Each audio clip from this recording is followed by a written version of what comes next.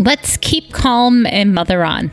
Mothering is way too important to do alone and way too serious to be serious all the time. My name is Christy Thomas, and I am here shoulder to shoulder with you, mothering and enjoying life together. This is the podcast where you can focus on being mindful and taking a deep breath with me and learning new things so you can pause and savor the amazing life you already have.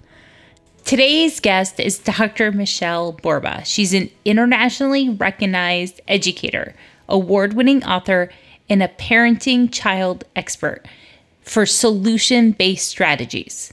Okay, I know that sounds like a lot, but here's what I need you to know. She is so practical. Her 25th book, Thrivers, is all about giving you teachable steps of 7 character traits to make your kids be able to handle life well. She traveled and listened to kids all around the country and used science to break it down. I am delighted to host her today. I thought that Unselfie would be my last book because they take up so much time and energy, but this one was so crucial. And you know who talked me into writing this one? Kids. I started doing interviews of kids across the country when counselors said they're really stressed and they're kind of running on empty. And I said, why? What's going on? So I interviewed about 100 of them. And halfway through, I went, oh, this is worse than I thought, because they were so perceptive. And they began to tell me what they needed instead of what they were getting. Yeah. And it's like, okay, this is exactly matching the science. And kids are so wonderful. So, kids are so wonderful. So yeah. How did you get into this work? You have your PhD in education, right? Yeah. I started as a special education teacher way back when, which was my soul and my wonderfulness. I loved it. And then I taught just about every grade level, had a private practice, got my master's in learning disabilities, a doctorate in educational psychology. That's just boring stuff. But along the way, I began to get the most amazing opportunities. I was hired by educational people or schools or the Army to work overseas and all across the U.S. in schools. And every time I did a visit, my eyes and my mind would open and I'd see glorious things that should be replicated. Or I saw very concerning things that needed solutions and practices.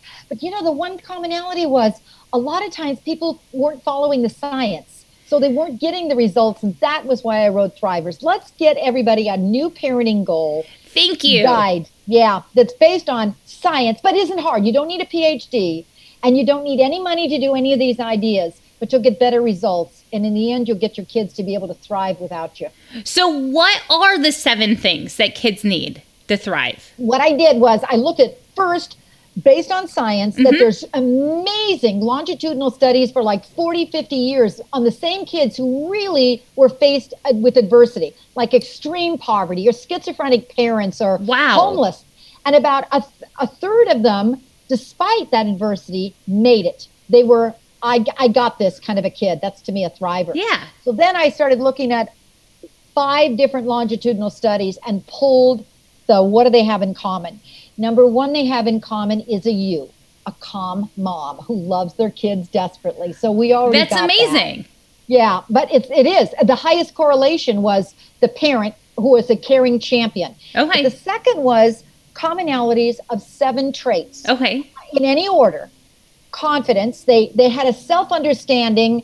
A thriver thinks who, not what. Okay. Another one was empathy. These kids had social competence. Doesn't mean they were Little Miss Sunshines and had 50,000 friends, but they had a couple of loyal buddies, and that social competence helped them. A third one was self-control. Ooh. They were able to put the brakes on impulses so they could think straight and not get in trouble and keep their mental health problems down. Fourth was integrity.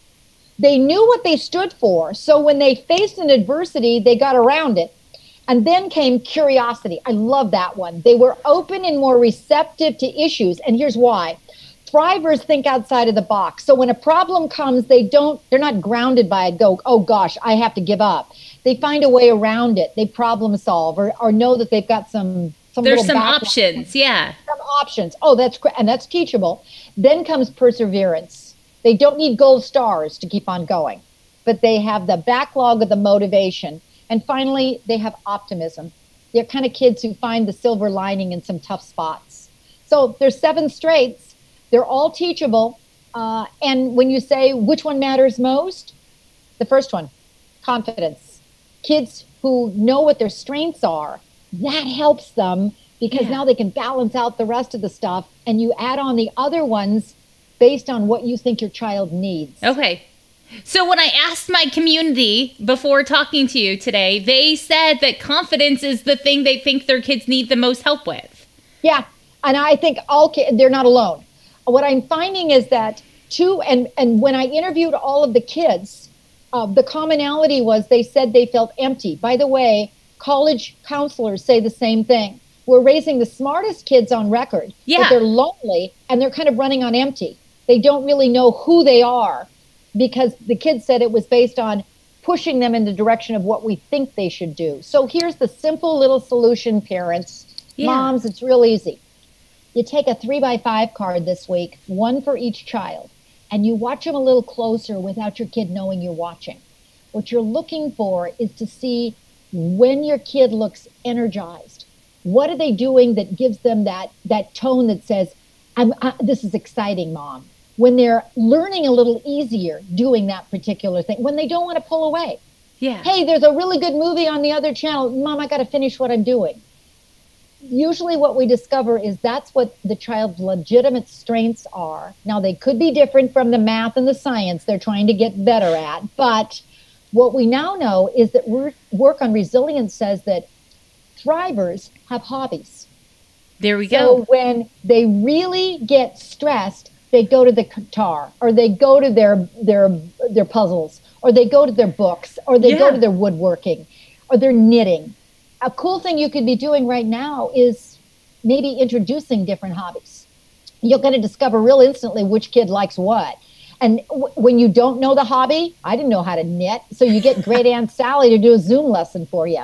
Or you get your mom to come in and say, I'll help the kids learn baking. Watch what your kid seems to like.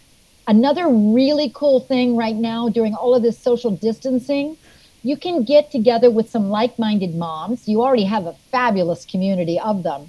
What you do is you get together with a group of them who have same-aged kids and maybe do a little 5-member team who all is going to learn the same hobby together.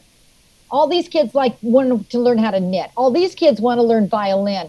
Find out what their shared passion is or drawing. Maybe one of the moms is really good at that particular. I'll teach you how to draw, and you can help each other. Totally. This has happened organically on my street in the past week or so, Michelle. Cool. My husband loves lemon meringue pie, and I can't bake with flour because I'm allergic. So my neighbor took my kids over so she could teach them how to make a pie crust, and they all got excited and got fed into. Like the kid that was super passionate, the mom was like, she can come over once a week and we'll bake something.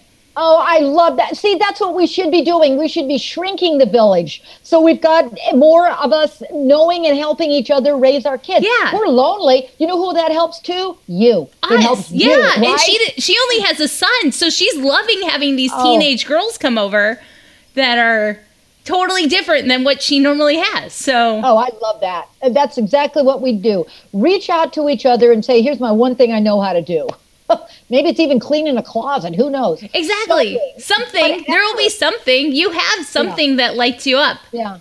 So test scores and AP classes, those aren't the benchmark for success for a kid. Yeah, what we have discovered is they really aren't, because I think what we've been doing, and again, in all fairness, because I don't want anybody to feel guilty. For Pete's sakes, we love our kids desperately. We do. We just want them to succeed. We want them to get into the college. We want them to do better than us, right? We do. And what we discovered something, they get into college, and the number one time our kids are most likely to drop out is end of freshman year, first semester of college. Yeah. Wow. Well, we all want to, the word I keep hearing over and over and over as we're a year into this pandemic stress is resilience for our kids. Yeah. Is resilience something like you can turn on and off? Is it a one thing skill? Oh, I love that. big, big myths about resilience. Yeah. But let's learn what the myths are, then we can bust them, and then we can do something about it. Yeah, because I feel so lost with it right now. Yeah. Oh, and it's exactly what everybody wants. So that's what Thrivers was taking all of the work on resilience. Trait number one, mistakes number one, is that it's one trait. It's just one trait. We teach them that one thing. No, resilience is made up of several traits. Your kids may be strong in some of these. Other kids are strong in others of these. But the traits create what's called protective buffers. So when the adversity comes, they've got something to backlog on. Like, I know that deep breath, or I know I can tell myself 1, 2, or I know how to problem solve something. Each one of these is a protective buffer. Okay. The second thing is it's locked into IQ or DNA. Nope. It's not locked. It's teachable. Third is a temperament. That I got one kid and he's really Mr. Sunshine kind of a kid. No, it can be an introvert or an extrovert. It matters. And we're not born a thriver, and we're not born resilient, right? Like, these are all skills that we actually have to learn. Yes, and thrivers are made, not born. Thrivers are made, not born. So that means, Mom, we've got a lot of power. We can start teaching them. And what we want to do, says one kid, teens again. Teens are the best. Oh, they are. So he said, you got to give us a repertoire of stuff. You know, that mindfulness works for some kids. Meditation works for others. Don't go giving a koosh ball. We can't go walking around with a koosh ball. But give us stuff we can use in the moment. And then he says, you got to make us practice it over and over and over and over till we can do it without you. Yep. And too often we try to practice this stuff when the kid's in the middle of a meltdown. They're not going to be listening to you. They're in cognitive distress. So you find calm little moments. And maybe another idea that's real simple. Each one of these is like minute or 3 minutes of practice daily. The more you practice, it becomes a habit. But maybe you set your cell phone for like 10 o'clock every day or 5 o'clock every day. Or remind your most verbal kid to be your reminder. They never let you down. You might have a Google or an Alexa to program too. There's a good idea. That my kids have set different alarms for me on those devices. Like, don't forget snack time. Because there was like months at a time that like everyone was getting too hungry in the afternoon. Oh, that's a great idea. Well, another idea that moms, I was working in Ramstein, what they were doing is they were creating a quad of moms who were coming up with like a 1-2 breath. Yeah. And then they were doing is getting their kids to learn it. And then the kids were supposedly teaching it to them and the families. And the mothers had already learned it, but they weren't given in, you know. Yeah. But there's another idea. When you get your kids involved in the process, some schools are doing so many of these. I saw on the basis, there really are. Yeah. But it gets locked so that the school and the home aren't working as enough together, which is a tragedy. Yeah. Look on your kid's website. Look when the homework comes home. If they're doing some kind of an activity, then do it at home as well, because your kid is far more likely to learn it if he practices it. I love that the kid said the teenager wanted the parents to practice with him. Like, that there needed to be so much repetition. Like, as I think about how long it takes to learn something, it takes forever, it seems like, to get a multiplication fact down. But we don't do any of that for this. Oh, I love that. Same with violin and same with soccer. Yeah. Anything. We exercise everything but this. And, you know, don't tell the mother of the kid. Yeah. But the kid actually knew his mother needed it. That was his way of saying, well, let me teach this to you. But of course the kid does, right? Like, they know all my buttons. So they know my weak points. Yeah, exactly. What would you tell a parent who wants to help their kid first be more confident? Don't tell them I want you to be more confident. That goes over like a lead balloon. That's the first thing. Be subtle. Second of all, I learned this with one child I had. Let me give you this child in my classroom. In my special ed, he had no confidence, 0 level, and he disguised every strength he actually had. His name was Michael. And I remember him, I was just haunted with, he's never going to be able to thrive unless he knows what he's got something to backlog on. One day, he forgot to cover up that he was artistic. Usually I'd stand behind him and watch, and he wasn't covering it. Now, at that point, here's my red flag. Be careful, because if you praise the child who's really low in confidence, chances are he's going to rip it up or say, I'm not. So you've got to be, again, subtle and slow. And what I did instead was slowly start giving him a little more ink materials or paper and pencil materials, putting a little art crafts activity in front of him. I asked another parent who was really good at art, I'm not, to come in and do some lessons with the kids, not pinpointing him. And then one day you saw his joy. You saw his joy because he was drawing and he was good. And I quietly asked him if I could put it on the bulletin board. I always ask permission. Yeah. Ask yourself, have you photographed your child doing the art? Have you framed it somewhere so he can see it? Yeah. Well, what happened was textbook perfect that I wasn't prepared for. His other classmates gathered around and said, oh my gosh, Michael, you're really artistic. And that was the moment he started smiling a little more, shining a little more, drew a little more. Now, here's my other takeaway. I then connected with his parents and said, I've discovered something about your kid, and connected with other teachers who saw him and said, you got to let this kid shine. He kept growing and growing and growing until he finally left my class. And then you wonder what the heck happened to him. Mm-hmm. I know he won a couple of art competitions, but here's my amazing moment as a teacher. This is the one thing I did right. I got a letter back from him years later. He said, I've been meaning to thank you, Mrs. Borba. I hope you're okay, but I'm meaning to thank you for putting my art on the bulletin board. That was the one moment that I felt really like I was a different person. And he said, that moment changed my life. Go figure. He said, I wanted you to know I graduated from high school, which shocked me because I never thought he would. Yeah. I graduated. He was that at risk. I also graduated from college. Really shocked me. I almost fell to the ground. Wow. He said, but I wanted you to know what I'm doing now. I followed my joy. I'm working at, I'm not going to tell you the studio, but it's extremely well known as an animator in this particular studio. And I'm working on this particular movie that you have seen. Wow. I love it. And I went, there you go. It always doesn't turn out that way, but I cried the rest of the day. Oh my goodness. Yeah, you did. But takeaway number one, watch a little closer. Yeah. Number two, be subtle in your praise. Number three, start with not, oh, how wonderfully artistic you are, but God, I noticed I saw this about you, or I heard your teacher say. Give them a little more opportunities to shine, and it gradually starts to stretch the strength. So it sounds like we should just show observation statements and like take notice, not layer praise on, like don't overwhelm them and flood them out. The overwhelming and flooding them out with a kid who's low in confidence, they don't buy into it. A child who's high in confidence says, yeah, I know, you want to see another one. So they've got it. But it doesn't mean you stop there. You just keep adding. The only thing else is that very often I warn you that the strengths are very different than what you love or what you think. I remember talking to a dad when I was writing confidence, and he said, oh, I got one for you. My middle school kid loves wolves. Now, go figure, wolves. I figured he's got to be something weird about him, but he even dreams about wolves. Oh my gosh. And I thought there was something bizarre, but I finally said, okay, I'm going to take advantage of this. And I found a trip to Yellowstone Park. I always plan one individual trip sometime in my lifetime with the kid.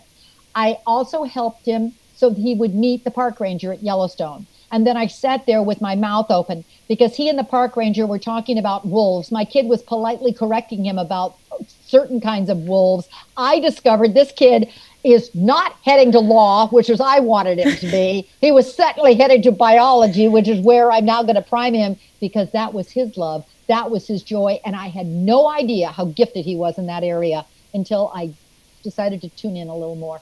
That's amazing. Yeah. So if a parent wants to tune in, is the easiest way to just stay in the space with our kids and to be a little bit less rushed and off our phone and just more? All of our kids say that's what they like about us anyway. They like us less rushed, more patient. Just one kid said, just be there. Yeah. Just be there. Be like a noun, not a verb. What does that mean? It goes, all that stuff you guys do. Don't do that. Gosh. Just be the noun. Kids are just like, said it what like a zinger. We need these kids on my podcast. Yeah, you do. You should have a group of kids on a podcast. They never let you down. particularly if they know they can say anything they want. You give them voice. Wow. Particularly they'll let it, you know, you're not the mom. Right. That's true. Up a lot more. If it's not my kids, I'm sure we'll get some real ones. Yeah, exactly. But yeah, so do you have any tips of how parents can be nouns more? Like a busy mom, that's a lot to, like, she's burnt out, so, or she's stressed out, and to be that noun takes a lot of effort. Yeah. Oh, it does. But first of all, we are verbs by nature because we're moms. Okay. And we are busy because we got to do this. Okay. So when are you the noun? Just when you're with your child. And if you just put that into my agenda, when I'm with my child, I'm just going to sit a little more and just take a breath and be there. In fact, some parents say, because we know that so many of our kids are struggling right now. The anxiety and the stress is really up. And I asked some kids, what are the best things to tell, even a teen, that's a hard age. What are some things to say? And they said, don't say a thing. Sometimes you don't say the right thing. If you're good at saying stuff and we like that, go ahead. But sometimes the best thing you can do is just sit with us and be there. Give us a back rub or just say, I'm always here for you. Just because we radiate from you, or our stress filters down to us. Yeah. So if you're less stressed, we're not so likely to catch it. That co-regulation, that we don't give it enough credit. I love that term. We know that we co-regulate little kids, right? When they fall and then they look at us to see if we're freaked out. But we forget that as they grow up. Yes, we do. And I love that term, but that's exactly what it is. You know what? The whole of all of this is we're going to be talking a lot of ideas. So don't go toward all of them. But the goal is, as you're going through Thrivers, find the one thing. Or find your one need and say, that's where I'm going to start with that. Then what you do is you put a Post-it note on your mirror and saying, that's what I'm starting with. And you keep doing the same thing over. It finally kicks in for a habit for you as well as your child. You know that they've done an amazing study in the American Psychological Association with the top of looking through thousands of research on what makes a good parent. Okay. And they finally came down with only 10 things. So what's number one? We already got it. It's, I love my child dearly, or I respect who my kid is. It's that warmth. Okay. Number two on the list had nothing to do with the child. It had to do with us. We manage stress.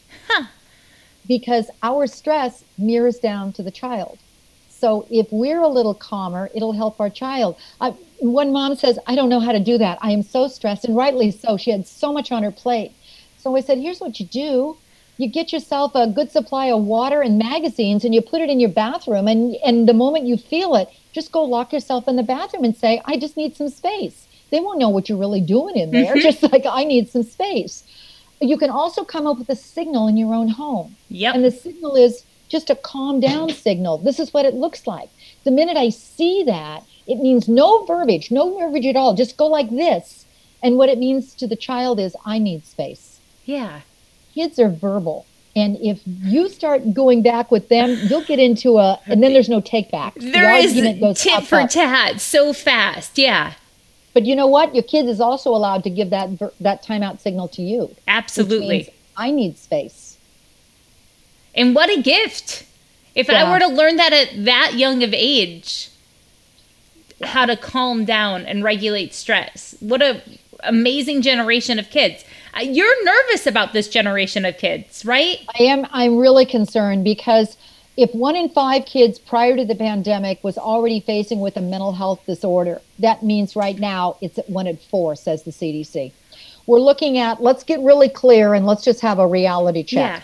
We're looking at the CDC, which has some pretty darn good stats. We're looking at what happened 3 months ago, and that they said compared to 5 to 11-year-olds versus last year. Right now, 5 to 11-year-olds had a 25% increase going to ER visits for anxiety and stress than last year. But 12 to 17-year-olds had a 31% increase for anxiety, depression, and suicidology. It only increases it all, and we got to get a handle on it. We also, one simple little thing besides the calm down signal you can do in your home, when you know that your kid is starting to get anxious, you can also come up with a signal. We do this in hospitals where a doctor will say on a scale of 0 to 7, how bad is the pain? Oh, yeah. Okay, you can do the same thing with your kids on a scale of 0 to 10. How bad is your stress? Or how angry are you feeling? Or how, give your kid permission to feel. They don't have to say anything, but they just can put up, a 0 is a cloud going by and I could be asleep. A 10 is I'm ready to erupt as a volcano. But if you create that as your child, you can do the same thing. You can use that as a family. And then you can do one other little thing that's really fun. Yeah. Tonight, create a calm down corner in your house that everybody can use, and watch what your kids choose to put in the calm down corner. Don't buy anything, but it could be pillows or beanbag chairs, and it could be in the kids' room or the dining room or in a corner, wherever. Mm-hmm. But the second thing is, what do we need to put there in case we're really stressed? Some kids will say glitter jars. Yeah. One teen, a 14-year-old said music. I said, what kind of music? She says, Mozart. It really soothes me. I load it on my phone. Does your kid have that on their phone? Some kids have apps that are mindfulness apps or deep breathing apps. Some kids, they say books, or bubble blowers, or I don't care what it is. Yeah, we've got sketch pads in ours. Sketch pads are fabulous. Arts are fabulous. Journals. Mm-hmm. Many of the kids I'm talking to say they write out their anger. Yep. So you put them all, but then you say, which one do you want to use? Yeah. And you're trying to get your child into the habit of using that. Fantastic.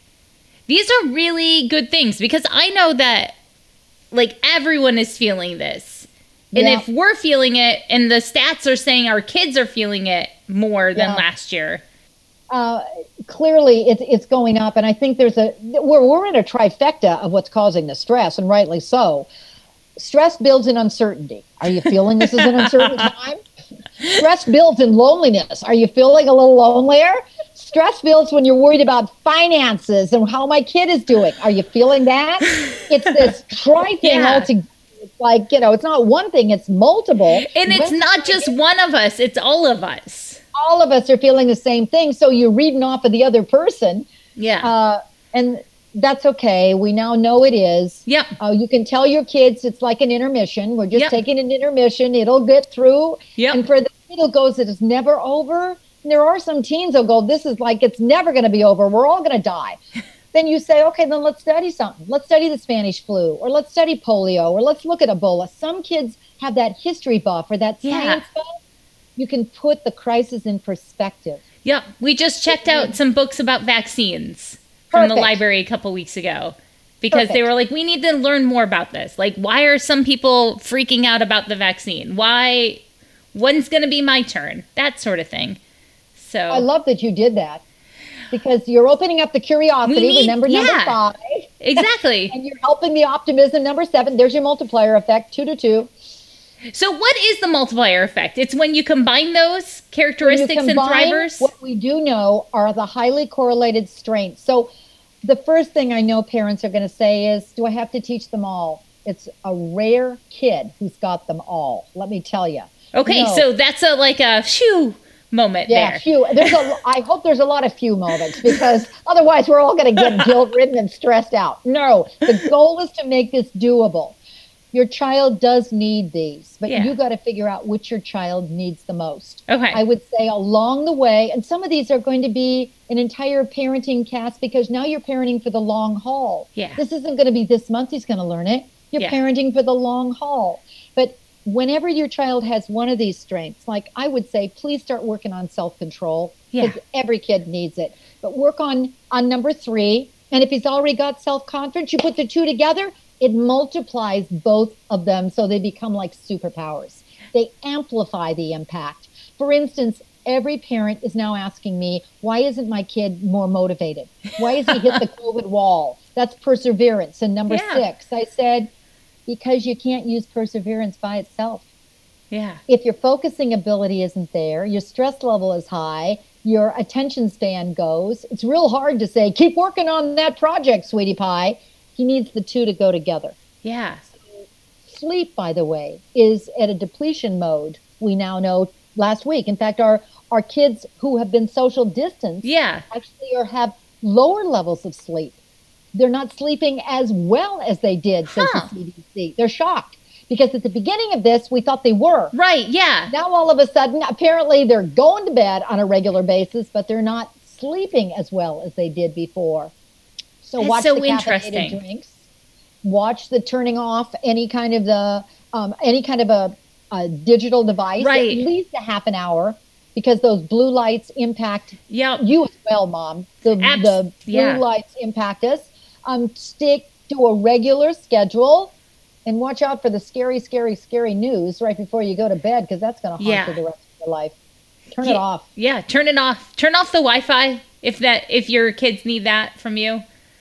Yeah, you know what? Turn off the things you have power and control over. Exactly. You forget that. You do pay the bill, so why not? Exactly. We have a timer that our Wi-Fi turns off at midnight, because when my husband's gone, he deploys, right? That I'll find myself at 2 a.m. and I know that's a bad habit of looking stuff up or trying to watch TV then instead of falling back asleep. So, you know what? Gold stars to you, because what you just did was a thriver trait, and that is you identified a problem. Okay. And that was the Wi-Fi or lack of sleep, and my anxieties goes up, and you found a simple little solution for it. You turned it off at midnight and you made it regular. Yeah. Now it's just a thing that like people know our Wi-Fi, and we even backed it up as the longer the pandemic goes on. So at like 11:30 now or 11, it turns off. And it's just the family rule, like even the grown-ups across the board, everyone. You know, we forget that simple little changes can really make big differences. Your kids will push back on that. Oh, yeah, they do. You don't do the whole thing, but, and in addition, we're going to, glue the car keys to the wall or do something else. But one thing at a time, make it regular until everybody buys into it or knows it's serious. Yeah. You can figure out what's the next thing that's going to help your kids thrive along the way. You know your kid better than anybody else. So that's what you use for the parameters. Safety first, and what's going to help your kid. That's fantastic. So if a parent wants to do something right now, is there one simple step they can do? I mean, you've given so many already. If you could end with one more simple tip.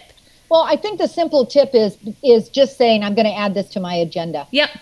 Because you don't change unless you have a intentional, I'm going to do it plan. And here's another thing that's amazing. Groups of moms. University of Santa Cruz found that if a mom comes up with a goal, like I'm going to intentionally raise a thriver, and they just write it down, and then they go tell one other mom, chances are you will optimally be more successful, because the other mom will keep calling you and asking you, did you do it? And you'll feel guilty if you don't. It's amazing how women can support each other by asking one another. I'd get a little group of a couple other moms together. There's a book club guide in the back of Thrivers. Maybe start reading that together. But don't go getting yourself overwhelmed with it all. Maybe I'm going to go to page 34 and I'm going to do that 1-3-1-2 breathing. You try it too. Let's do it together. And that's how we get on board. Keep it really simple and actionable. And that's how you do it. And I love that you said the practice session should be like 3 minutes. Like super short. We're not adding tons of extra stuff. Like, this is the type of thing you can add in your commute if you're picking your kids up or driving in between things with them. Exactly. Or first thing in the car. Yeah. Get in the car. Let's take a 1-2 breath. Right before you go to school, let's take the 1-2 breath. Find a regular routine. What we do know is, uncertainty boosts stress. Routines and rituals reduce it. So build in a couple of simple little everyday rituals or routines that's going to help your family thrive. Whatever that is, you figure it out. But if you build it in, that's the optimum. Well, I have 2 more questions for you. Oh, At good. the end of every episode, I end with 2 things. So the first one is, do you have an idea for self-care that a mom can do that's simple or small, or something that you do for self-care? Yeah, but I'm going to say something that you weren't prepared for. Every mother right this minute, stop and think, when you were a kid or when this was all done, what did you do that helped? Because too often we say, go take the bubble bath, and too often we say, go take a walk. You have to figure out what works for you. So your question to yourself is, what worked before that I'm not doing right now? And start adding that to your plate. Wow, that's a good one. Yeah, I find that too, even we try to simplify this thing, or we just try to blanket it by, here's what you should be doing. No, it's what works for you. And you're just not adding it to the plate for yourself, because we've kind of put ourselves, moms, on the back burner. Yep. And this is the moment we need to put ourselves up. And you can also, by the way, do it with your kid. Oh, yeah. So if hiking works, then do it with your kid. If shooting baskets work, do it with your kid. If listening to music, do it with your kid. I had a 14-year-old that the one who said she loved Mozart. I said, okay, so what do you do when you do something well? She says, oh, I got this one. Because your generation, speaking to me, is better music than ours because you guys have less beats. So it makes us relax. I said, oh, thank you very much. So what helps you? She says, Elton John, I crank up, I'm still standing, and I start pulsing around the house. Elton John, that's what works for me. And I'm going, okay, find the music that cranks you up, and maybe it's dancing with your kids. Yeah. Find it, start doing it. Fantastic. I love that. Okay, so the last question is a family connection or play idea. Like, how did you play as a family? Or do you have a simple idea? Yeah. The best one that my kids will still tell you to this day was their best memory, and it was a fluke. Best ideas are always a fluke. And then when you see that they work, you keep doing it. Yes. Okay, everybody was a little edgety, and I didn't know what to do. So I took a sheet that was in the laundry room, ready to get... Threw it over our kitchen table, put some flashlights in it, a couple pillows, and I said, everybody in, it's a reading fort. They loved it so much. One kid grabbed the dog that they kept saying, are we going to do it again and again and again? And we started doing it almost every night when the kids were little.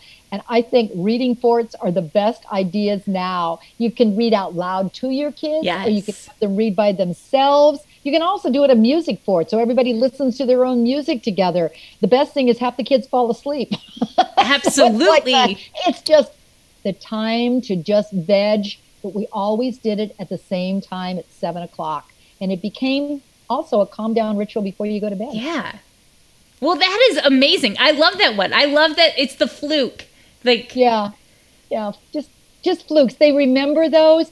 And the key, parent, is you're going to do some of these stuff, and all of a sudden you're going to go, God, that was stupid, or wow, they seem to like it.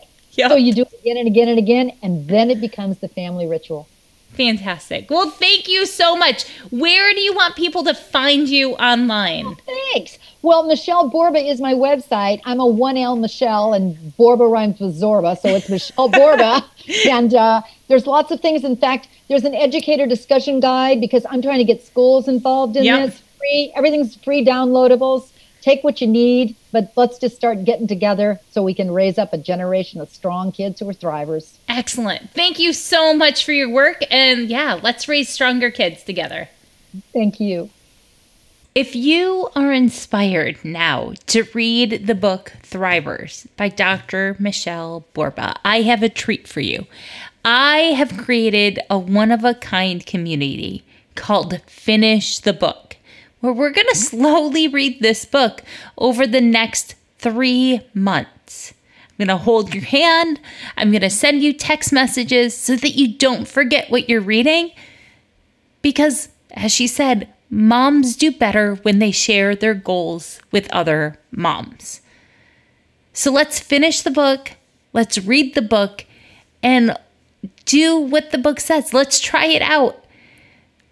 Life is too awesome to be stuck in old patterns. You don't have to go to bed at night feeling frustrated about motherhood. I already know that you're exactly the right mom for your kids. So let's read this book together and help you remember when you go to bed all the things that went right during the day. Let's turn our kids into thrivers and help ourselves become one too. All you need to do is go to motheron.teachable.com to find all of the details. There is a sale going on, a flash sale, a opening sale until April 5th. After that, the price goes up and the doors close at the end of the month of April. Thank you for listening. I am so glad that you're here and that we're building this community one episode at a time. You matter to me, and I hope you have an amazing day.